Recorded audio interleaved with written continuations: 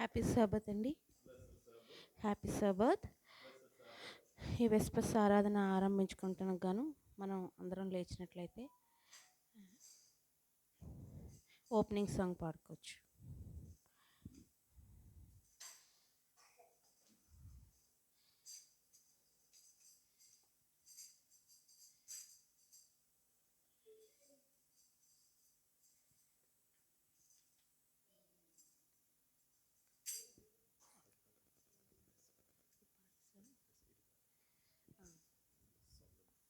Song number 4 మన కీర్తన పుస్తకంలో నుంచి.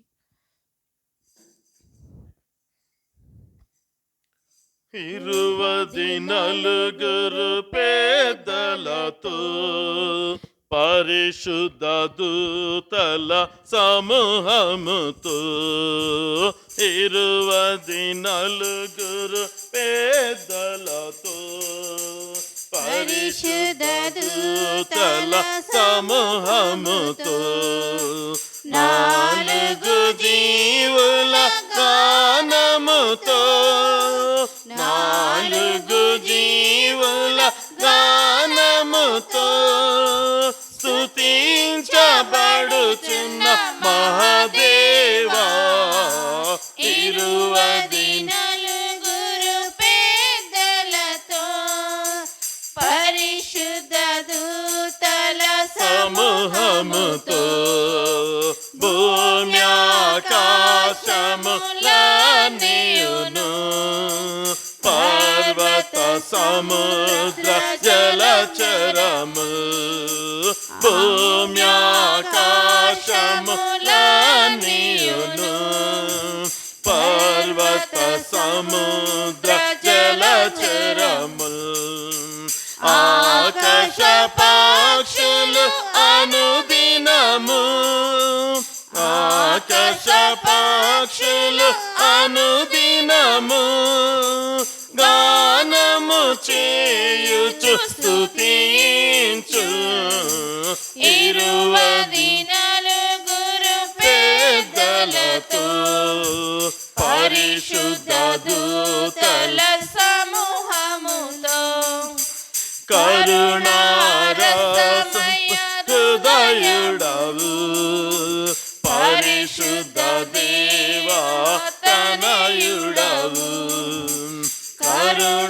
కరుణారసమయ హృదయుడవు పరిశుద్ధ దేవా తనయుడవు మనుజుల రక్షణ కారకుడా మనుజుల రక్షణ కారకుడా మహిమను కలిగిన మా ప్రభువా ఇరువది నలుగురు పేదలతో పరిశుద్ధ దూతల సమూహముతో గోపిలి విప్పి కోరిమితో గొప్పగా దీవెనలిచెదవు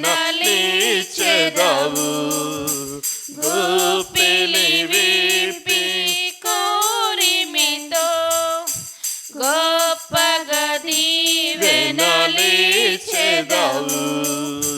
గొర్రెల కాపరి దావీదు గొర్రెల కాపరి దావీదు అయ్యను ఎంతో మహారాజు ఇరువది నలుగురు పేదలతో పరిశుద్ధ దూతల సమూహముతో సర్వశక్తి సంపన్నుడవు సకల చరాచర సృష్టికర్తవు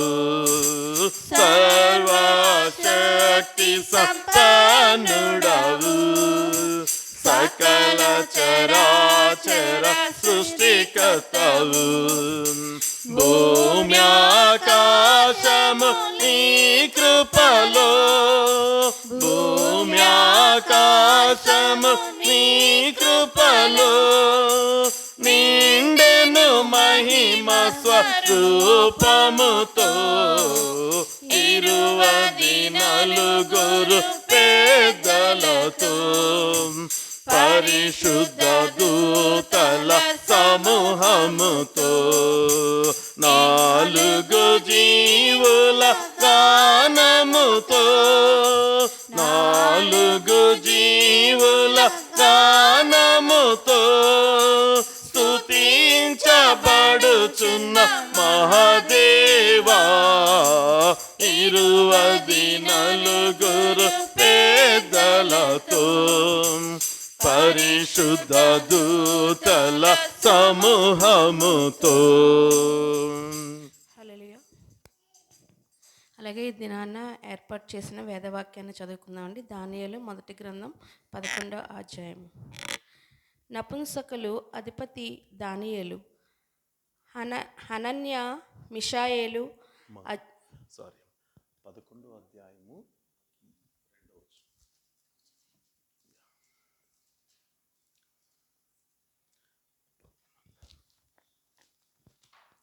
క్షమించండి 11 దానియేలు 2వ అధ్యాయం. ఇప్పుడు సత్యమును నీకు తెలియజేయుచున్నాను, ఏమనగా ఇంకా 3 రాజులు పౌరసికము మీద రాజ్యము చేసిన పిమ్మట అందరికంటే అధికైశ్వర్యములు కలిగిన 4వ రాజు ఒకడు వచ్చును. అతడు తనకున్న సంపత్తు చేత బలవంతుడై అందరినీ గ్రేకేయుల రాజ్యమునకు విరోధముగా రేపును. దేవుడి కొద్ది వాక్యం దీవించును. అలాగే కళ్ళు మూసుకున్నట్లయితే ప్రార్థన చేసుకుందాం. స్తోత్రము స్తోత్రము స్తోత్రం తండ్రి, నీకు వందనాలు లెక్కలేని స్థుతులు స్తోత్రాలు నా ప్రభా. నాయన గతించిన ఆరంభ గడియల నుంచి సబ్బాతు ఆరంభ గడియలు ఇంతవరకు మమ్మల్ని మీరు ఎక్కడ చోటన భద్రపరిచిన విధానానికై మీకు వందనాలు స్థుతులు స్తోత్రాలు ప్రభా. నాయన ఈ ఆరాధనను ప్రభా నాయన మీరే జయప్రదంగా నడిపించండి. నాయన రావలసిన బిడ్డలు ప్రభా నాయన వచ్చుటకు సహాయం చేయండి ప్రభా. నాయన వాతావరణం ప్రభా చాలా చలిగా ఉన్నది కాబట్టి నాయన ఏ బిడ్డలకు ఎటువంటి అస్వస్థత లేకుండా నాయన ఇంకా నీ కార్యక్రమాల్లో నాయన ఉత్సాహంగా పాల్గొనేలాగాను వారికి మంచి ఆరోగ్యాన్ని మంచి స్వస్థతను ఇవ్వండి ప్రభా. వాతావరణం ద్వారా ప్రభా మేము ఎటువంటి ఆటంకాలకు లోను కాకుండా నాయన మీ పనుల్లో మేము పాల్గొనేటట్టు అటు శక్తిని బలాన్ని మాకు దయచేయండి ప్రభా. మాతో పాలుభాగస్తులు అవడానికి మా సంఘ కాపరి గారిని కూడా దీవించండి, ఆస్వాదించండి. అట్టి ఆరోగ్యాన్ని ఆ బిడ్డకు కూడా మీరు దయచేసి ఉత్సాహంగా తండ్రి మాకు ఎటువంటి ఇబ్బందులు ఇరుకులు సమస్యలు లేకుండా ప్రభా నాయన శారీరకంగాను మానసికంగాను అలాగే నాయన ఆర్థికంగా కూడా మేము అన్నిటిలో నాయన తోడ్పడేలాగాను మీరు సహాయం చేయండి ప్రభు.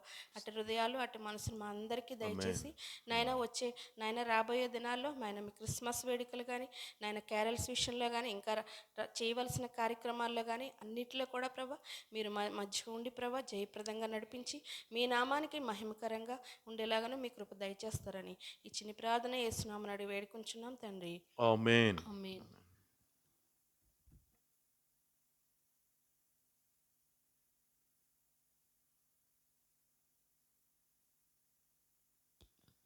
వెనిలా వచ్చి ఇప్పుడు స్పెషల్ సాంగ్ పాడతారు.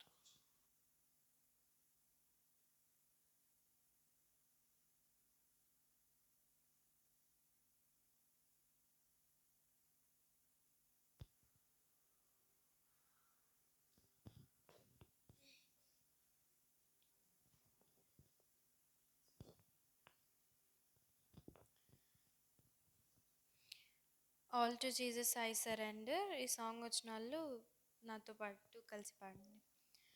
All to Jesus I surrender, all to Him I freely give.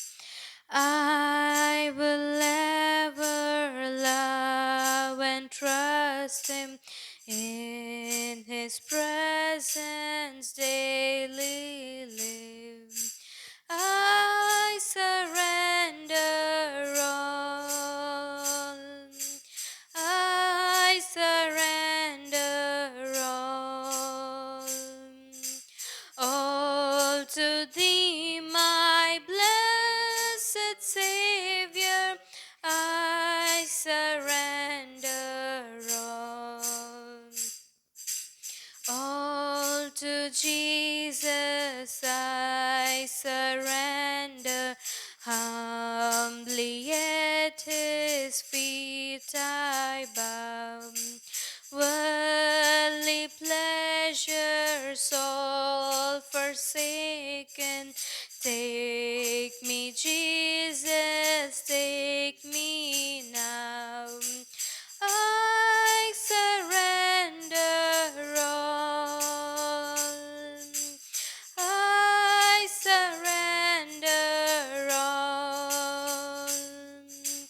all to thee, my blessed Savior. I surrender all to Jesus I surrender. Make me Savior, wholly thine. Fill me with thy love and power. Truly know that thou art mine. I surrender all. I surrender all to thee, my blessed Savior. I surrender all to Jesus I surrender. Now I feel thy sacred flame. Oh, the joy of full salvation. Glory, glory to his name. I surrender all. I surrender all to thee, my blessed Savior. I surrender all.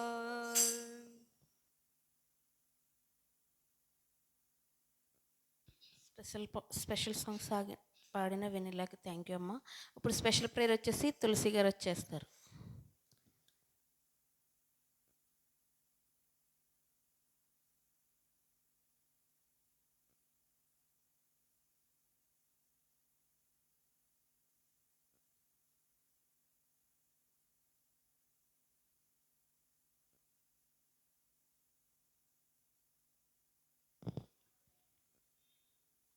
అందరు కళ్ళు మూసుకున్నట్లయితే ప్రార్థన చేసుకుందాం. అత్యున్నత కృపమేడ దయమేడ నా తండ్రి, నీతి న్యాయములకు నా తండ్రి, అధికారైన నా తండ్రి, నీకే ఉన్న నా తండ్రి నాయన. మీరు చేసిన మేలును బట్టి నా తండ్రి, మీ యొక్క కృపను బట్టి, మీ యొక్క కావదాలను బట్టి నా తండ్రి, మీ యొక్క ప్రేమను బట్టి నీకు స్తోత్రం నా తండ్రి. అయా నా తండ్రి నాయన, గడిచిన కాలం అంతా నీ రెక్కల చాటును భద్రపరిచి నా తండ్రి, సంఘ సభ్యులందరినీ కూడా నా తండ్రి నీ సన్నిధిలో ఇటు రీతిలో నా తండ్రి ఒకటిగా కూడినట్లు నా తండ్రి సహాయపడినందుకు నీకు వందనాలు తండ్రి నాయన. మమ్మల్ని అందరినీ కూడా సజీవ లెక్కలో ఉంచి నా తండ్రి నీ సన్నిధిలో మరొక దినము నా తండ్రి మరి కొన్ని గంటలు నా తండ్రి నేను గడిపే గొప్ప అవకాశం ఇచ్చినందుకు నీకు వందనాలు తండ్రి నాయన. అయా నా తండ్రి నీ కృపలో నా తండ్రి ఇప్పటి వరకు నా తండ్రి అయా వేలాది స్తుతుల మీద స్తోత్రాల మీద ఆశ్రయం నా గొప్ప తండ్రి ఇక మీద జరగబోయేటువంటి కార్యక్రమంలో కూడా నీ కృపను అనుగించమని అయా నీ దేవజనుడు ఏదైతే నా తండ్రి నాయన వాక్యాన్ని విత్తబోచున్నారో నా తండ్రి ఆ వాక్యాన్ని మేము శ్రద్ధగా లేనటువంటి మన సక్షమకు దయచేయమని అడుగుతున్నాను తండ్రి. మరి ముఖ్యంగా నా తండ్రి ఎవరెవరైతే నా తండ్రి ఆత్మీయ ఆహారం కోసం వచ్చారో వారి యొక్క ఆత్మీయ ఆహారంతో నింపబడి నా తండ్రి తిరిగి వారి గృహాలకి క్షేమంగా చేర్చుకొని అడుగుతున్నాను తండ్రి నాయన. ఏదేమైనప్పటికీ నా తండ్రి నాయన అయా నీ కృపను అనుగించి నా తండ్రి నీ రక్షణలో నా తండ్రి సంఘానందరిని కట్టుతున్న విధానం బట్టి నీకు వందనాలు తండ్రి నాయన. నీ కృపలో నీ చిత్తంలో నా తండ్రి నాయన సంఘంలో ఉన్నటువంటి లోటుపాట్లను తీర్చమని అడుగుతున్నాను తండ్రి. ఏ అవసరత అయినప్పటికీ నా తండ్రి నీ పాదం చేత తీర్చమని అడుగుతున్నాను తండ్రి నాయన. ఆయా ఇక మీద జరిగిపోయే పనిలోనూ కార్యక్రమం అంతట్లోనూ నా తండ్రి నీ పాసని చేర్చుకుంటున్నా తండ్రి నాయన. ఆయా ఇచ్చి నీ ప్రార్థన పాసని చేర్చుకోమని అడిగి పెట్టుకుంటున్నాం తండ్రి. ఆమేన్.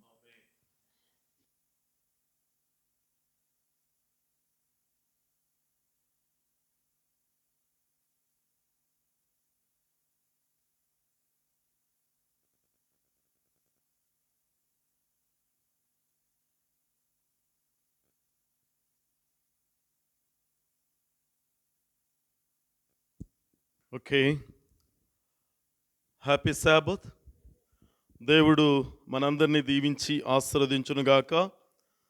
ఈ యొక్క సమయం నిజంగా చేరువచ్చిన మీ అందరికీ కూడా ప్రత్యేకంగా ధన్యవాదాలు తెలియపోస్తున్నాం. ఎందుకంటే వాతావరణం అంత ఆ, ఇబ్బందికరమైనటువంటి పరిస్థితుల్లో ఉంది. అనేక మంది బిడ్డలు ఈ యొక్క వాతావరణ ప్రభావాన్ని బట్టి బలహీనులు అవటం అనేటువంటిది కూడా చూస్తున్నాం. కానీ దేవుడు మనకిచ్చిన గొప్ప ధన్యత ఏంటంటే ఆయన యొక్క సన్నిధికి వచ్చి ఆయన్ను స్తుతించేటువంటి ధన్యత. కనుక చేరువచ్చిన మీ అందరికీ కూడా ప్రత్యేకంగా ధన్యవాదాలు తెలియపరుస్తూ, అదే రీతిగా దేవుడు మన ఎడల చూపిన కృపను బట్టి ఆయనకు నిత్యము మనము స్తుతి స్తోత్రాలు చెల్లించే బిడ్డలుగా మనం ఉందాం. వాక్యంలోనికి వెళ్లే ముందు ఒక ప్రకటన దయచేసి జ్ఞాపకం చేసుకోవాల్సిందిగా మనం చేస్తున్నాను. మొదటిగా మన ప్రియులైనటువంటి సంఘ బిడ్డలు జస్టిస్ ఆశాలత గారి యొక్క కుటుంబం నుంచి ఒక ఇన్విటేషన్ మనకి ఇవ్వటం జరిగింది సంఘానికి. వారి యొక్క చిన్న కుమారుడు విఎన్ శామ్యుయల్ ఈ నెల 5వ తారీఖున బర్త్డే సెలబ్రేట్ చేయటం, మొదటి పుట్టినరోజు. కాబట్టి వారి యొక్క స్వగ్రామానికి వెళ్ళి అప్పుడు అక్కడ ఆ యొక్క దేవునికి కృతజ్ఞతాస్తుతులు చెల్లించారు. అయితే వారు మళ్ళీ తిరిగి వచ్చి ఇక్కడ సంఘంలో కూడా దేవునికి మహిమకరంగా ఏర్పాటు చేయాలనుకుంటున్నామండి, థ్యాంక్స్ గివింగ్ ప్రేయర్ మీటింగ్ అని వారు తెలియచేయటం జరుగుతుంది. అది రేపు సాయంత్రం మనకి ఇక్కడ 6:30కే ఆరాధన అది ప్రారంభమవుతుంది. దయచేసి సంఘమంతా కూడా చేరువచ్చి ఆ చిన్న బిడ్డ నిమిత్తం ప్రార్థన చేస్తూ వారి యొక్క కుటుంబాన్ని ఆశీర్వదించవలసిందిగాను, వారు మనందరి కొరకు ఆ యొక్క ప్రేమ విందును కూడా ఏర్పాటు చేస్తున్నారు. అందులో పాలు పంచుకొని బిడ్డలందరూ కూడా వారి కుటుంబాన్ని ఆశీర్వదించవలసిందిగా మనం చేస్తున్నాను. అదే రీతిగా మరొక ప్రకటన, రేపు శాబత్ రోజు ఖచ్చితంగా మనం ఆ బోర్డు యాక్షన్స్ని తెలియచేయటం జరుగుతుంది. అయినా కూడా ఒక ప్రకటన అయితే చేయటం జరుగుతుంది, ఎందుకంటే బోర్డు యాక్షన్ తీసుకుని ఉంది కాబట్టి. రేపు ఎల్లుండి ఆ యొక్క 15వ తారీఖు 13, 14, 15 క్యారల్ సింగింగ్ ఏర్పాటు చేశారు. కనుక దయచేసి ఆ యొక్క రేపు మార్నింగ్ కానీ ఆఫ్టర్నూన్ కానీ ఆ టైమింగ్స్ కూడా అందులో గ్రూప్లో పోస్ట్ చేయటం జరుగుతుంది. కనుక ఆ యొక్క సిద్ధపడి సంఘ బిడ్డలందరూ కూడా ఈ ముందుగానే, ఎందుకంటే మరీ ఎక్కువ సమయం అయితే ఈ యొక్క వాతావరణం కూడా చాలా చల్లగా ఉంది కనుక ముందుగానే సిద్ధపడి రావాల్సిందిగా మనం చేస్తున్నాను. దేవుడు మనందరినీ దీవించి ఆశీర్వదించునుగాక. ఈరోజు మనము గత 11 రోజులు నుండి కూడా ఈరోజు 12వ రోజు మనం ఈ యొక్క దానియేలు ప్రయత్న గ్రంథ ధ్యానాంశాలు చూస్తున్నాం. అందులో అనేకమైనటువంటి మర్మాలు ముందుగా దానియేలు గ్రంథం నుంచి మనం నేర్చుకోవటం జరిగింది. ఆ దానియేలు గ్రంథంలో మనకి దేవుడు ఆయన ఏ రీతిగా ఆయన అద్భుత కార్యములు జరిగించాడు అనేటువంటిది మనం చూసాం. మొదటి అధ్యాయంలో 10 అంతల శ్రేష్ఠులైనటువంటి వారి గురించి మనం నేర్చుకున్నాం. అలాగనే 2వ అధ్యాయానికి వచ్చేసరికి నెబుకద్నెజరు యొక్క కళ, అలాగే 3వ అధ్యాయానికి వచ్చేసరికి బలవంతపు ఆరాధన, 4వ అధ్యాయానికి వచ్చేసరికి మారు మనసు పొందిన నియంత, 5వ అధ్యాయానికి వచ్చేసరికి బబులోను మద్యము, బబులోన్లో ఉన్నటువంటి ఆ యొక్క మద్యము గురించి మనకి ఇక్కడ చూడండి. 6వ అధ్యాయానికి వచ్చేసరికి మత్సరము దాని ఫలితము, 7వ అధ్యాయానికి వచ్చేసరికి ప్రపంచంలోని 4 మృగములు, 8వ అధ్యాయానికి వచ్చేసరికి ప్రపంచాన్ని పాలించిన మత వ్యవస్థ, 9వ అధ్యాయానికి వచ్చేసరికి ప్రవచనములో మెస్సయ, ఇది మనం నేర్చుకున్నాం. 10వ అధ్యాయంకి వచ్చేసరికి మికాయేలు అనేటువంటి వారు ఎవరు అని. అలాగే 11వ అధ్యాయం కూడా నిన్నటి రోజు నేను కొంచెం ఇంట్రడక్షన్ ఇచ్చాను. 11వ అధ్యాయంలో చెప్పబడుతున్న పేరు ఉత్తర దక్షిణ దేశపు రాజులు. అలాగే 12వ అధ్యాయం దేవుని ప్రజల యొక్క విడుదల. ఈరోజు దేవుడు ఈ యొక్క ఉత్తర దక్షిణపు రాజులు ఎవరు, అలాగనే దేవుని యొక్క ప్రజల యొక్క విడుదల ఏ రీతిగా జరగబోతుంది అనేటువంటిది మనము కొద్ది నిమిషాలు దేవుని యొక్క పరిశుద్ధ వాక్యంలో మనం ధ్యానం చేయనే ఉన్నాం. కాబట్టి మరొకసారి మిమ్మల్ని అందరినీ కూడా, ఎందుకంటే చాలామంది ఎంతో చక్కగా ఈ యొక్క దానియేలు అధ్యాయాలన్నీ కూడా చక్కగా రాసుకుంటూ నేర్చుకొని దేవునికి మహిమకరంగా నిలబడినటువంటి బిడ్డలకు ప్రత్యేకంగా ధన్యవాదాలు నేను తెలియచేస్తున్నాను. ఈరోజు ఈ యొక్క 11వ అధ్యాయంలో ఎవరు ఈ ఉత్తర దక్షిణ దేశపు రాజులు అని మనం ఆలోచించినప్పుడు ముందుగానే నేను నిన్నటి రోజు ఇంట్రొడక్షన్ ఇచ్చినట్టుగా ఈ అధ్యాయములో ఉన్నటువంటి అక్షరార్థంను మనము మొదటిగా తెలుసుకోవాలి.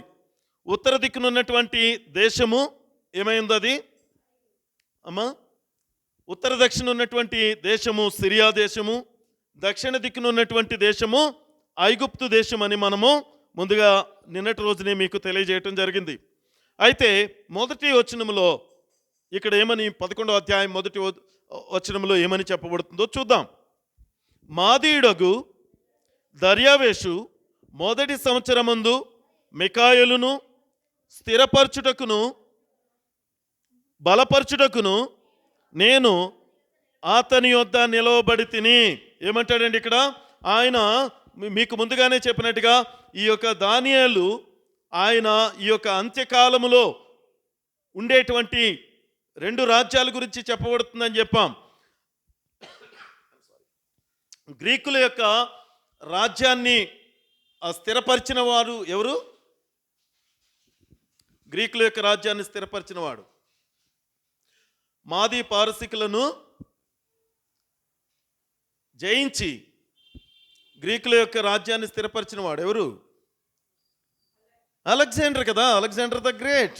మనం గురించి ఎన్నోసార్లు నేర్చుకున్నాం.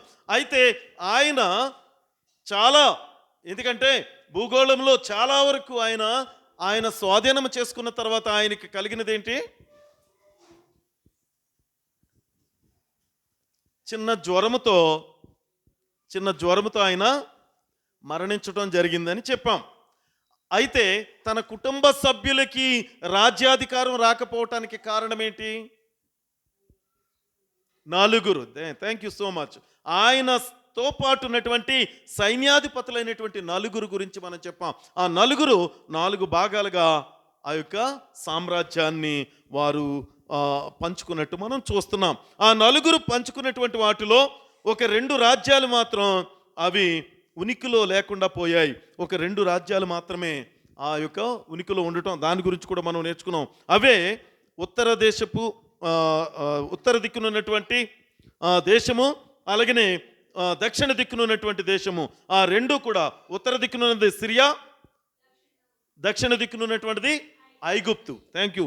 కనుక దాని గురించి ఇక్కడ వాస్తవ భావమే ఇక్కడ మాదీయుడైనటువంటి దర్యావేషు గురించి చెప్తున్నప్పుడు అక్కడ గాబ్రియేలు అను దేవదూత దానియేలుకు తెలియజేశాడు ఈ రీతిగా.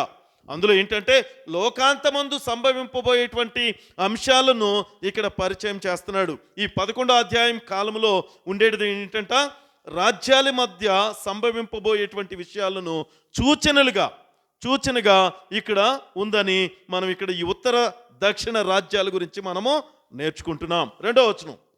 ఇప్పుడు సత్యమును నీకు తెలియజేయుచున్నాను.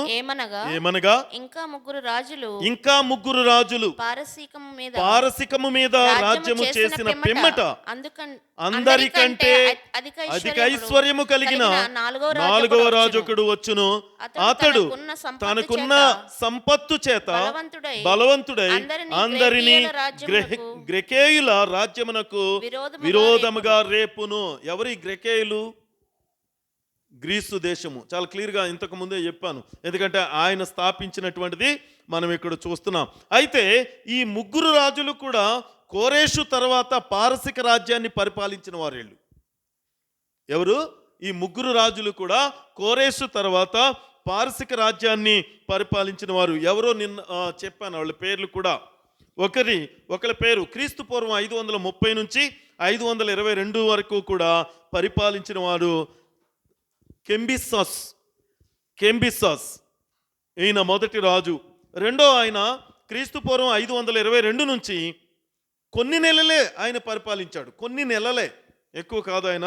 అందుకే సంవత్సరం కూడా కాదు, కొన్ని నెలలు మాత్రమే ఆయన పరిపాలించటం జరిగింది. ఆయన పేరు పాల్స్ మర్దీస్. మూడో రాజు పేరు ఎవరో తెలుసా? దర్యావేసు 1. దర్యావేసు అనేటువంటి రాజు ఉన్నాడు, కానీ తర్వాత వచ్చిన ఆయన పేరే దర్యావేసు 1. ఈయన ఇదే 522 నుండి అంటే కొన్ని నెలలు ఆ కాలం నుండి క్రీస్తు పూర్వం 486 అంటే 37 సంవత్సరములు పాలన చేసినట్టుగా మనం చూస్తున్నాం. అయితే ఆ తర్వాత పరిపాలించిన రాజే, ముగ్గురు రాజులు అయిపోయారు కదా. ఇక్కడ మనకి ప్రవచనంలో చెప్పిన మాట ఏంటి? ఇప్పుడు సత్యమును నీకు తెలియజేయుచున్నాను, ఏమనగా ఇంకా ముగ్గురు రాజులు పారసికము మీద రాజ్యము చేసిన పిమ్మట అందరికంటే అధిక ఐశ్వర్యము కలిగిన 4వ రాజు ఒకడు వస్తాడు. ఎవరా రాజు? అహస్వరేసు. ఎస్తేరు 1వ అధ్యాయము 1వ వచనం. ఎస్తేరు 1వ అధ్యాయము 1వ వచనం. ఎక్కడండి ఇది? దానియేలు కంటే ముందే కదా. ఎస్, మామూలుగా అంటున్నానండి, ప్రవచనాల కంటే ముందే కదా. రైట్. ఎస్తేరు 1వ అధ్యాయం 1వ వచనం. అహస్వరేసు దినములలో జరిగిన చర్యల వివరము హిందూ దేశము మొదలుకొని కూసు దేశము వరకు 127 సంస్థానములను అహర్షోయస్సు ఏలెను. అదేటండి ఏం జరిగింది? ఈయన ఎంత గొప్ప బలవంతుడో ఇక్కడ మనం చూస్తాం. ఈయన ఎప్పటి నుంచి ఎప్పటి వరకు? 464 నుంచి 424 వరకు, అంటే 40 సంవత్సరాలు ఆయన పరిపాలన చేసినట్టుగా మనం చూస్తాం. ఇతని పరిపాలనలోనే పారసిక రాజ్యం అత్యున్నత స్థితికి వర్ధిల్లిందంటండి. అందుకే ఆ 4వ రాజు ఎలాంటి రాజు వస్తాడన్నాడు? చాలా ఎక్కడ రెండో వచనంలోనే ఉంది. అధిక ఐశ్వర్యము కలిగి. అమ్మా ఎస్, ఇదమ్మా దానియేలు 11వ అధ్యాయం 2వ వచనంలో ఉందన్నమాట. ఏంటన్నమాట? ఆ 4వ రాజు ఎలాగుంటాడంట? అధిక ఐశ్వర్యము కలిగిన 4వ రాజు ఒకడు వచ్చును, అతడు తనకున్న సంపత్తు చేత బలవంతుడై. అది ఎందుకంటే చాలా గొప్పవాడిగా ఇక్కడ చూపించబడుతుంది అంటాడు. అహర్షయేసు దినాల్లో జరిగిన చర్యలు ఏంటో తెలుసా? వివరం 1, అతని రాజ్యము హిందూ దేశం మొదలుకొని కూషు దేశం వరకు అది వ్యాపించింది. అది ఇంతకుముందు చెప్పాం నిన్నటి రోజు. అతడు 127 సంస్థానాలను పరిపాలించాడు. 127 సంస్థానాలని కూషు కోట నుండి అతను పరిపాలించినట్టుగా చూస్తాం. అతని పరిపాలన మూడవ సంవత్సరమందు గొప్ప విందు చేశాడని కూడా చెప్పాం. ఆ విందు ఎంతకాలం చేశాడండి? నేను చెప్పాను, అది మరి ఎంతమంది గుర్తుందో? ఆ విందు ఎంతకాలం చేశాడు? 150 రోజులు, 150 డేస్, 150 రోజుల పాటు ఆయన అది చూపినట్టు మనం చూస్తున్నాం. అహస్వరేసు తరువాత 9 మంది చిన్న రాజులు వచ్చారు పారసిక రాజ్యాన్ని పరిపాలించడానికి. కానీ ఆ యొక్క 331వ సంవత్సరంలో క్రీస్తు పూర్వం ఆ రాజ్యం అంతమైపోయింది. ఆ తర్వాత గ్రీకుల పాలకుల మొదలైంది. కాబట్టే ఇక్కడ ఈ దానియేలు 11వ అధ్యాయంలో 3-4 వచనాల్లో చెప్పబడుతున్న మాటను చూసినట్లయితే, అంతలో సూర్యుడగు ఒక రాజు పుట్టి మహావిశాలమైన రాజ్యము నేలి ఇష్టానుసారముగా జరిగించును. అతడు రాజైన తరువాత అతని రాజ్యము శిథిలమై ఆకాశపు నలుదిక్కులు విభాగింపబడును. అది అతని వంశపు వారికి గాని అతడు ప్రభుత్వము చేసిన ప్రకారము ప్రభుత్వము చేయువారికి గాని విభాగింపబడదు. చాలా ఒక్క నిమిషం ఇక్కడ ఆగుదాం. ఇందాకే చెప్పాను నేను, అలెగ్జాండర్ ద గ్రేట్ ఆయన ప్రపంచాన్ని ఆ యొక్క జయించడానికి బయలుదేరి ఇంచుమించుగా భూగోళంలో ఉన్నటువంటి అధిక భాగాన్నంతటిని కూడా ఆయన స్వాధీనం చేసుకున్న తర్వాత ఆయనకి కలిగింది ఏంటి? చిన్నగా జ్వరం కలగటంతో ఆయన హఠాత్తుగా మరణించడం అనేటువంటిది జరిగింది. అతన్ని ఎలాగా బరియలకు తీసుకెళ్లారు చెప్పాను. అది చేశారు, బరియలు చేశారు, కానీ తీసుకెళ్ళటం ఎలాగా? ఆ రోజు మీరు లేరా? కొంతమంది ఇప్పుడు వచ్చిన వారు అప్పుడు లేక. ఏంటండి, ఆ కాఫెన్ గోల్డ్తో చేసిందంట కంప్లీట్గా. ఎందుకంటే అంత సంపన్నుడు. అందుకని ఆ బాక్స్ అంతా కూడా గోల్డ్తోనే చేశారటండి. గోల్డ్తో, బంగారంతో చేసి ఆయన తీసుకెళ్ళారు. అయితే ఇక్కడ ఈ చెప్పబడుతున్న ప్రకారం ఇతనికి ఎలాగట? అతనికి వంశపు వారికి కానీ అతడు ప్రభుత్వం చేసిన ప్రకారం ప్రభుత్వం వారికి కానీ ఎవరికి కూడా అది అప్పగించబడదంటారు ఆ రాజ్యము. అది నిజమే కదా. మనం చూసాం ఆయన ఆ యొక్క నలుగురు తన యొక్క సైన్యాధిపతులు వాళ్ళు ఏం చేశారంటే ఈయన చనిపోగానే నలుగురు కూడా నాలుగు భాగాలు చేసేసుకొని దాన్ని వారి యొక్క చేతుల్లోకి తీసుకున్నట్టుగా మనము చూసాం వాటన్నిటిని కూడా. అయితే అందులో రెండు మాత్రమే మిగిలాయి. వాటిలో ఒకటి ఉత్తర రాజ్యం, రెండోది దక్షిణ రాజ్యం. వీటి గురించే మనం నేర్చుకున్నాం. 5వ వచనం చదవండి అమ్మ చాలు. అయితే దక్షిణ దేశపు రాజును అతని అధిపతులలో ఒకడును బలము పొందెదురు. అతడు ఇతని కంటే గొప్పవాడై ఏలును. అతని ప్రభుత్వము గొప్ప ప్రభుత్వమగును. కొన్ని సంవత్సరములైన పిమ్మట వారు ఉభయులు కూడుకొనెదురు. మరియు వారు ఉభయులు సమాధాన పడవలనని కోరగా దక్షిణ దేశపు రాజు కుమార్తె ఉత్తర దేశపు రాజు నొద్దకు వచ్చును. అయినను ఆమె భుజబలము నిలుపుకొనలేరదు. అతడైనను అతని భుజబలమైనను నిలవదు. వారు ఆమెను తీసుకొని వచ్చిన వారిని, ఆమెను కనిన వారిని, ఈ కాలమందు ఆమెను బలపరిచిన వారిని అప్పగించెదరు. ఇదే జరిగింది. ఇది మీకు వారి పేర్లతో సహా చెప్పాను మీకు నిన్నటి రోజు. ఏంటమ్మది? ఈ యొక్క ఎవరైతే దక్షిణ దేశపు రాజు, ఎవరైనా దక్షిణ దేశం అంటే మళ్ళీ ఎక్కడ ఇందాకే చెప్పారు ఐగుప్తు కదండి. ఐగుప్తు రాజు యొక్క కుమార్తె అయినటువంటి బర్నీసు, నిన్న వారి పేర్లు చెప్పాను మీకు. బర్నీసుని ఉత్తర దేశపు అంటే సిరియా దేశపు రాజు యొక్క కుమారుడైనటువంటి యాంటియోకస్ థియోస్కి వివాహానికి ఇచ్చి జరిపించారు. అయితే అంతకు పూర్వమే అతనికి ఒక పెళ్లి కూడా అయిందని చెప్పాం. లవోదీస్ అనేటువంటి స్త్రీతో వివాహం అయింది. ఇది రెండో పెళ్ళి అని వారికి తెలిసే ఆ ఒప్పందంతోనే వారు దాన్ని ఏంటది? ఆమెతో విడాకులు తీసుకుంటే చాలు, నేను వివాహం చేసుకుంటానని వారు పెద్దలు ఒకరికొకరు, ఎందుకంటే ఉత్తర దేశపు రాజు దక్షిణ దేశపు రాజు వారిద్దరూ కూడా కలవాలనేటువంటి తలంపుతో కలిసి ముందుకు వెళ్ళాలనేటువంటి ఆలోచనతో చేసినటువంటి పని అది. కానీ వారి బిడ్డల యొక్క మనసును వారు గ్రహించలేదు. కనుక ఇక్కడ మనం చూసినప్పుడు బర్నీస్కు ఒక కుమారుడు పుట్టిన తర్వాత యాంటియోకస్ ఆమెను ఏం చేశాడు? ఇష్టపడక వదిలేశాడు. యాంటియోకస్ ఈ యొక్క ఉత్తర దేశపు రాజకుమారుడు కదా, ఈయన వదిలేశాడు. ఆమె వదిలేసిన తర్వాత ఆయన పోనీ అలా ఉన్నాడా అంటే మళ్ళీ ఆ మొదటి భార్యను తెచ్చుకున్నాడు. లవోదీసుని తెచ్చుకుని వారిద్దరూ కూడా ఇప్పుడు లవోదీసు యాంటియోకస్ వారిద్దరికి పుట్టినటువంటి కుమారుడు కలిసి ఈమెను ఏం చేస్తారు అని భయంతో ఈమె వారిని చంపించేసింది. ఆ సందేహం, ఆ డౌట్తో ఆమె యాంటియోకస్ని అలాగే బర్నీసుని అతని కుమారుని కూడా లవోదీస్ ఏం చేసింది? అది చంపించేస్తుంది. ఇది జరిగింది. ఇలా జరుగుతుందనండి 300 సంవత్సరాలకు ముందే ప్రవచనము చెప్పబడిందని నిన్న నేర్చుకున్నాం. 300 years బిఫోరే. కాబట్టి ప్రియ సహోదరి సహోదరులారా, ఈ వాక్యానుసారంగా మనం ఈ ప్రవచనానుసారంగా వెళుతున్నప్పుడు దేవుడు మనందరినీ కూడా ఆత్మీయంగా బలపరచడానికి దేవుడు మనకు సహాయం చేయనుగాక. యాంటియోకస్ ఎపిఫెనెస్ అనేటువంటి ఆ యొక్క 4వ ఆయన చేసినటువంటి పని, దానియేలు 7వ అధ్యాయము ఒకసారి 16వ వచనం చదువుతారా? దానియేలు 7వ అధ్యాయం 16వ వచనం.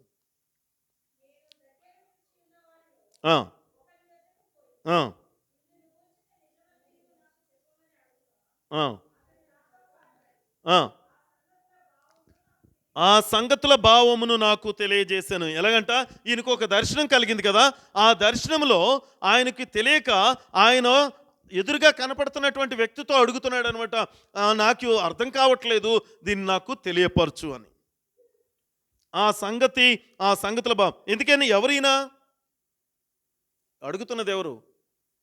దానియేలు. Thank you so much. ఎందుకంటే దానియేలు అందరి యొక్క భావాలు చెప్పిన వాడు. ఇప్పుడు ఆయనకి కలిగిన దర్శనం యొక్క భావం అసలు తెలియట్లేదు, ఆయనకి అర్థం కావట్లా. అందుకే ఆయన ఎదురుగుండున్నటువంటి ఆయన్ని అడుగుతున్నటువంటిదిగా ఇక్కడ మనం చూస్తాం. ఇది మనం చూసినప్పుడు ఈయన యాంటియోకస్ 4 అనేటువంటి ఈయన కూడా ఇతని యొక్క దుష్కార్యాలు ఎలా ఉన్నాయో తెలుసండి. ఈయన చేసినటువంటిది ఏంటి అనేటువంటిది ఒకసారి చూద్దాం. ఆ భావాలు ఏంటి అసలు బయలుపరచమని దానియేలు అడిగినటువంటి దానికి ఉన్నటువంటిది. ఇతను చేసిన ఒక 5 కారణాలు ఇక్కడ మీకు చెప్తాను. దేవునికి వ్యతిరేకమైనటువంటి ఒకటేంటో తెలుసా? యెరూషలేముపై దండయాత్ర చేసి దాన్ని దోచుకున్నాడు. మళ్ళీ యెరూషలేముపై దండయాత్ర చేసి, రెండోది దేవాలయ ధనాగారాన్ని పూర్తిగా స్వాధీనం చేసుకున్నాడు. మూడోది యోధామత విధానాన్ని బహిష్కరించాడు. అతను జూడాయిజాన్ని ఆయన బహిష్కరించినట్టు మనం చూస్తాం. నాలుగోది ఏంటో తెలుసా? యూదుల ఆలయమైనటువంటి ఆ యొక్క వారు దహన బలిగా అర్పించేటువంటి ఆ స్థలంలో ఆయన పందిని బలిగా అర్పించాడండి. అక్కడ ఈయన ఎంత క్రూరంగానంటే ఆయన చేసినటువంటిది పందిని బలిగా అర్పించాడు. ఐదోది ఏంటో తెలుసా? యూదులు కూడా అలాగే అర్పించాలని బలవంతం చేస్తున్నాడు. యూదులు ఎంత పవిత్రంగా ఆ యెహోవా దేవునికి వారు ఆరాధన చేస్తారో మనకు తెలుసు. అయితే వారిని బలవంతం చేస్తున్నాడు. అయితే ఆ సమయంలోనే యూదులు అతని మీద తిరుగుబాటు చేశారు. తిరుగుబాటు చేసి వారు అతడు అతన్ని నాశనం చేసిన వాటన్నిటినీ కూడా పునరుద్ధరించి కొత్త బలిపీఠం కట్టించి దానిపై బలులు అర్పించడం మొదలుపెట్టారు. వీళ్ళు మొదలుపెట్టారు. అప్పటి నుండి దాదాపు 100 సంవత్సరాల పాటు వారు స్వేచ్ఛగా వారి యొక్క యూదులు సమాధానంతో వారు ఆరాధన చేసినట్టుగా మనము చూస్తాం. కనుక ఇక్కడ తరువాత అంటే ఒక మాట ఉందండి. 8వ అధ్యాయం 9వ వచనం ఒకసారి చూస్తారు. దానియేలు 8వ అధ్యాయం 9వ వచనం. ఓకే. ఆనంద దేశపు దిక్కుగాను అత్యధికముగా బలిసెను. ఎలా ఆనంద దేశపు అంటే ఏంటండి? అది ఆనంద దేశము ఏంటో తెలుసండి? పాలస్తీనా దేశం అండి. దేవుని యొక్క ఆనంద దేశము అంటే అది పాలస్తీనా దేశానికి సాదృశ్యంగా ఉంది. కనుక ఆ తరువాత కాలంలో ఇక్కడ ఐగుప్తు రాజు అయినటువంటి ఐగుప్తు ఎక్కడదండి? దక్షిణ దేశపు రాజ్యం. ఏమ్మా మేరీ గారు, దక్షిణ దేశపు రాజ్యం అదే. అందుకే ఐగుప్తు రాజు అయినటువంటి టోలమీ 11 అనేటువంటి ఆయన, అతని కుమార్తె అయినటువంటి ఈమె గురించి అందరికీ తెలిసి ఉండొచ్చు. ఎవరావిడి? మంచి సౌందర్యవతి. ఈ స్టోరీ చదువుతున్నప్పుడు మీరు చాలా ఆటల్లో కూడా దీని గురించి నేర్చుకుని ఉంటారు. క్లియోపాత్రా, ఓకే కదా? టోలమీ 11 వారి యొక్క. అయితే క్లియోపాత్రా కుమారుడైనటువంటి టోలమీ 12 అనమాట, 12 అనేటువంటి ఆయన ఐగుప్తు రాజ్యాన్ని రోమా సామ్రాజ్య అజమాయిషికి అప్పగించేశాడు ఆయన కంప్లీట్గా. ఆ కాలంలో రోమా సామ్రాజ్య అధినేత అయినటువంటి జూలియస్ సీజర్ 3 సంవత్సరాల తర్వాత క్లియోపాత్రను తన భార్యగా చేసుకొని ఆయన తన 55వ ఏట అంటే 55వ ఏట మార్చి 15వ తారీఖున అంటే క్రీస్తు పూర్వం మార్చి 15వ తారీఖున ఆయన చనిపోవటం జరిగింది. జూలియస్ సీజరు ఆయన ఆ యొక్క అంటే 100 సంవత్సరంలో ఆయన జన్మించటం అనేటువంటిది జరిగింది. అయితే అతడు ఎందుకు హత్య గావించబడ్డాడు అనేటువంటిదే ఒక ప్రశ్న అక్కడ. ఎవరు? Julius Caesar. ఏ రీతిగా రోమా సామ్రాజ్య ప్రజలు చేత ఎన్నుకోబడినటువంటి, అంటే ఆయన ఎలా ఆలోచించాడంటే రోమా సామ్రాజ్య ప్రజల చేత ఎన్నుకోబడిన నాయకుడు మండలి ద్వారా పరిపాలించబడినది అప్పటి వరకు. అయితే ఈయన మాత్రం ఏమంటాడు తెలుసా? కాదు, అలాగే ప్రజల చేత ఎన్నుకోబడినటువంటి వాడు కాదు, బలమైనటువంటి వాడు మాత్రమే పరిపాలన చేయగలడు అనేటువంటి ఆలోచనతో ఆయన ఉంటాడనమాట. అందులో కొందరు ఏం చేశారంటే ఆయన స్నేహితులు, ఈయన చాలా నియంతగా మాట్లాడుతున్నాడు. అంతే మరి దాని అర్థం అదే కదా, ప్రజల చేత ఎన్నుకోబడ్డ వాళ్ళు అంటే అందరికీ అందులో భాగస్వామ్యం ఉంది. అదే కొంతమంది ఎలా మాట్లాడు, నేను చెప్పిందే అనే భావం వచ్చిందంటే అది నియంతృత్వానికి వెళ్ళిపోతుంది. ప్రజాస్వామ్యం అవదు అక్కడ, ప్రజల యొక్క ఆలోచనతో పనికి రాదు, అక్కడ నియంతృత్వంగా ఉంటుంది. కాబట్టి ఆయన ఏం చేశారంటే కొంతమంది వారు తన స్నేహితులు వారంతా కలిసి ఆయన హత్య చేయటం అనేటువంటిది, హతం చేయటం అనేది జరిగింది. ఆ తర్వాత ఆ యొక్క పెంపుడు కోడికైనటువంటి ఆక్టోవియస్ అంటే కైసర్ ఔగుస్తు ఆయన పేరు. దాని అర్థం ఏంటి? ఆక్టోవియస్ అనేటువంటి ఆయన పేరు కైసర్ ఔగుస్తు రాజ్యాన్ని చేపట్టాడు. అతను ఆ రాజ్యాన్ని చేపట్టిన తర్వాత సీజర్కు మరో ప్రియమైనటువంటి స్నేహితుడు ఒక ఆయన ఉన్నాడు, జూలియస్ సీజర్కు ఒక ప్రియమైనటువంటి స్నేహితుడు, ఆయన పేరు మార్క్ యాంటోనీ. ఆక్టోవియస్కి ఈయన మద్దతు ఇవ్వటం అనేటువంటిది జరిగింది. కైసర్ ఔగుస్తు అంటారు, అది బ్రాకెట్లో ఆయన పేరునే ఆక్టోవియస్ని కైసర్ ఔగుస్తు అన్నారు. ఆయనకి ఈయన మద్దతు ఇస్తూ ఆయన సపోర్ట్తో రాజ్యాన్ని ముందుకు నడిపిస్తున్నాడు. తద్వారా పూర్ణాధికారం ఆక్టోవియస్కు లభించింది, పూర్ణాధికారం. అయితే ఇక్కడ మరొక ట్విస్ట్ ఏమి ఇచ్చాడంటే, అక్కడ దక్షిణ దేశం అయినటువంటి ఐగుప్తు యొక్క పరిస్థితులను చక్కదిద్దటానికి మార్క్ ఆంటోనీని యొక్క ఆక్టోవియస్ ఐగుప్తుకు పంపుతాడు. అప్పటికే అతడు వివాహం చేసుకుని ఉన్నాడు ఆల్రెడీ. ఎవరు? Mark Anthony. అయినా కూడా క్లియోపాత్ర అప్పటికే చాలా సౌందర్యవతని ముందుకు చెప్పాం కదా, ఆమె యొక్క అందానికి ఆకర్షితుడైపోయి ఆయన మార్క్ యాంటోనీ ఆమెను కూడా మళ్ళీ వివాహం చేసుకోవటం జరిగింది. ఈ విషయం మళ్ళీ ఎవరు పంపించింది? ఈయనే కదా, మన కైసర్ ఔగుస్తే కదా పంపించింది ఆయన్ని. ఈ విషయం విన్నాడు. విని ఆయన కూడా అప్పుడు ఆయన ఏం చేశాడో తెలుసా? మనం ఇక్కడ చూసినప్పుడు వాళ్ళిద్దరి మీద ఒక యుద్ధం ప్రకటిస్తాడు. ఎవరిద్దరి మీద? మార్క్ యాంటోనీ క్లియోపాత్ర మీద ఒక యుద్ధం ప్రకటించినప్పుడు వీళ్ళంతా కూడా పారిపోతూ ఒక 60 యొక్క ఉంటాయి కదండి ఓడలు యొక్క వాటిని తీసుకొని వారు పారిపోతూ ఉంటారు సముద్రంలో. వెళ్ళిపోతున్న వారిద్దరూ కూడా అలా వెళుతూ చివరికి వారిని వెంబడిస్తున్నప్పుడు వాళ్ళు ఆత్మహత్య చేసుకొని చనిపోతారు. వాళ్ళిద్దరు అక్కడ ఆత్మహత్య చేసుకొని చనిపోయిస్తారు. ఈ విధంగా ఇది 31వ సంవత్సరంలో దక్షిణ దేశపు రాజ్యమైనటువంటి రోమా సామ్రాజ్య అధికారం కిందకు వచ్చింది. కాబట్టి అక్కడ నుంచి రోమా ఉత్తర దేశానికి తన పరిపాలనని కేంద్రంగా మార్చుకొని వెళ్ళిపోవటం అనేటువంటిది జరిగింది. అయితే క్రీస్తు పూర్వం 330వ సంవత్సరంలో రోమా సామ్రాజ్య చక్రవర్తి అయినటువంటి ఆయన రోమ్ నుంచి కాన్స్టాంటినోపుల్కి మార్చడం అనేటువంటిది జరిగింది. ఇది మనకి ఈ యొక్క కైసర్ ఔగుస్తు యొక్క టైము లూకాసు వార్త 2వ అధ్యాయం 1వ వచనంలో ఉన్న మాటే. ఈ చరిత్ర అంతా కూడా తెలిసినప్పుడు, అంటే ఒకేసారి నిజంగా కొన్నిసార్లు ఆ డేట్స్ వలన లేకపోతే వారి పేర్ల వలన మనకు కొన్నిసార్లు ఇబ్బంది కలగొచ్చు. కానీ చరిత్ర మనకి ఇక్కడ చెప్పబడుతుంది ఏంటో తెలుసా? ఆ రోజుల్లో లూకాసు వార్త 2వ అధ్యాయము 1వ వచనం చూసినట్లయితే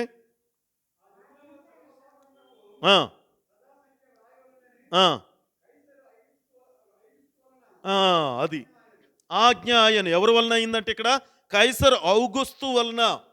ఎందుకంటే ఆ టైంలోనే అక్కడ జరగటం అనేటువంటిది మనం చూస్తున్నాం. కాబట్టి కైసర్ ఔగుస్తు క్రీస్తు శకం 14 వరకు కూడా, అంటే 40 సంవత్సరాలు ఆయన పరిపాలన చేసినట్టుగా మనం చూస్తాం. అప్పుడే ఆ రాజ్యం శాంతియుతంగా ఉన్నదని మనం. అతని తర్వాత తిబెరీ కైసు, లూకా 3:1 అండి, మళ్ళీ లూకా 3వ అధ్యాయము 1వ వచనం. తిబెరీ కైసరు ఏలుబడిలో 15వ సంవత్సరమందు యూదాయకు పొంతు పిలాతు అధిపతిగాను, గలిలేయకు హేరోదు శతుద్రాధిపతిగాను, ఇతూరయ త్రకోనీతి దేశములకు అతని తమ్ముడైన ఫిలిప్పు శతుద్రాధిపతిగాను, అబిలేను దేశమునకు లుసానియా అధిపతిగాను. ఇలాగా అంటే వీళ్ళందరి పేర్ల గురించి ఇక్కడ తిబెరీ కైసర్ గురించి తెలుసుకోవటం కోసం ఈ మాట ఇక్కడ చెప్పడం జరిగింది. వీళ్ళంతా కూడా ఎందుకంటే క్రీస్తు శకం 14 నుంచి క్రీస్తు శకం 37 వరకు పాలించినట్టుగా మనం చూస్తాం. ఇతని కాలంలోనే తిబెరీ కైసర్ కాలంలోనే ప్రభువైన యేసు క్రీస్తుని సిలువ మరణానికి అప్పగించారు. సిలువ మరణానికి ఇది ఒక ప్రవచనం కదా. ఎక్కడుంది ప్రవచనం? మనం దానియేలులో చదివాం. 9వ అధ్యాయం ఒకసారి చూసినట్లయితే దానియేలు 9వ అధ్యాయము 25వ వచనం నుంచి అండి, 25, 26, 27. యెరూషలేమును మరలా కట్టించవచ్చునని ఆజ్ఞ బయలుదేరిన సమయము మొదలుకొని అభిషక్తుడు అధిపతి వచ్చు వరకు 7 వారములు పట్టునని స్పష్టముగా గ్రహించుము. ఎక్కడండి అభిషక్తుడు? ఎవరు ఆయన? అభిషక్తుడు యేసు ప్రభు కదా. ఈ మాట అందుకేనే వారి టైంలోనే, అందుకే ఆ క్యాలిక్యులేషన్తో మొన్న మనము చూసాం ఏ సంవత్సరం నుంచి ఏ సంవత్సరం వరకు. ఏదది 70 వారముల ప్రవచనం, 1260 ప్రవచనం, ఇంకొకటి 2300 దినముల ప్రవచనం. ఈ 3 కూడా మనము ఆ యొక్క నంబర్స్తో సహా మనం చూడటం అనేటువంటిది జరిగింది. కాబట్టి ఏ రీతిగా ఆ యొక్క ప్రవచన నెరవేర్పు అనేటువంటిది జరుగుద్దో మనం ఒకసారి జ్ఞాపకం చేసుకోవాలి. 11వ అధ్యాయం, దానియేలు 11వ అధ్యాయము 28వ వచనం. అతడు మిగులు ద్రవ్యము గలవాడై తన దేశమునకు మరులును, మరియు పరిశుద్ధ నిబంధనకు విరోధమైన ఇష్టానుసారముగా జరిగించి తన దేశమునకు తిరిగి వచ్చును అని. చాలమ్మా, ఒక్క నిమిషం. ఇక్కడ ఏమంటాడండి ఆయన? రోమా చక్రవర్తి అయినటువంటి కాన్స్టంటైన్ టైంలో ఈయన ఏం చేశాడో తెలుసండి? ఆయన క్రైస్తత్వాన్ని అంగీకరించాడు. ఆ టైంలోనే 312వ సంవత్సరంలో తాను క్రైస్తత్వాన్ని స్వీకరించానని ప్రకటించి, వాస్తవంగా అది దేవుని పరిశుద్ధ నిబంధనకు విరుద్ధంగా చేశాడు అతను. ఎలాగా? తన సామ్రాజ్యాన్ని సుస్థిరపరచుకోవడానికి చేసిన పనే తప్ప క్రైస్తత్వాన్ని స్వీకరించడం అర్థం ఏంటి? నేను క్రీస్తు బిడ్డగా ఉండడం అంటే అర్థం ఏంటి? అది రక్షణ పొందుకోవడం అంటే భయభక్తులు కలిగి ఉండటం, దేవుని మాట చెప్పును జీవించడం, అదే కదా. కానీ అది కాదు ఇక్కడ ఈయన చేస్తున్నది. ఏదో అందులో ఉంటే నాకేదో అంటారు కదా, ఆ టైప్ అనమాట. ఈయన చేసిన పని కూడా ఆయన సామ్రాజ్యాన్ని విస్తరింప చేసుకోవటానికి క్రైస్తవ సంఘానికి గొప్ప మేళ్లు చేశాడు. కానీ ఆ సంఘము తనకు రాజకీయంగా మద్దతు ఇవ్వాలని కోరాడు. అది సహాయం చేయడం అంటే ఎలాగా? నిన్ను వల్ల నీ పొరుగువాన్ని ప్రేమించడం కాదు.